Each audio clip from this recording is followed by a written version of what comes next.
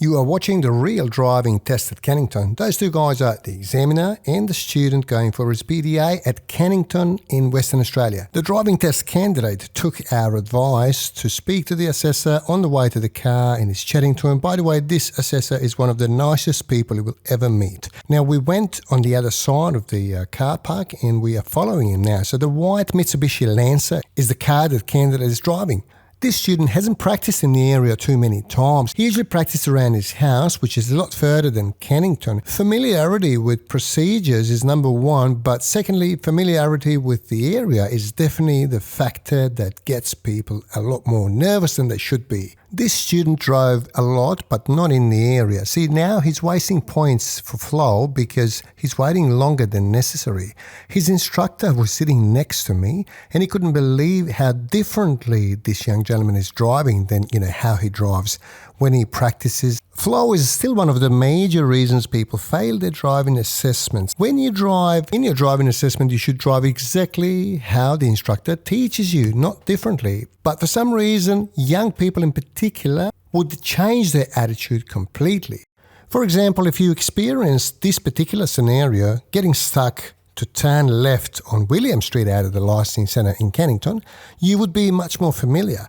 Now, if you come to the centre at least few times, days leading to your driving assessment, and imagine that your test is taking place within the next 10-15 minutes. That way you're going to be less sensitive to thoughts, nervousness and, thinking that someone's looking over your shoulder and judging your performance. I guarantee you that you will perform better because you know what to expect and your mind is used to getting there and, going through the procedures in the area where you're going to do your real driving test. Being nervous will deplete your ability to make decisions promptly. You're probably going to miss a lot of opportunities. You're going to start to doubt things. And, you might become a little bit overcautious, which does impact your flow greatly. And that is why flow is one of the main reasons people fail their driving tests. The advice in this video is not suitable for people who are underprepared or unprepared to do their driving test. This young bloke had a lot of lessons, but he got too nervous on the day. If you're doing your lessons from school to get home and, vice versa, it's probably not going to be efficient. Now, he forgot to indicate left out of the roundabout. As a result of being nervous, he knows, he hardly misses these things, but obviously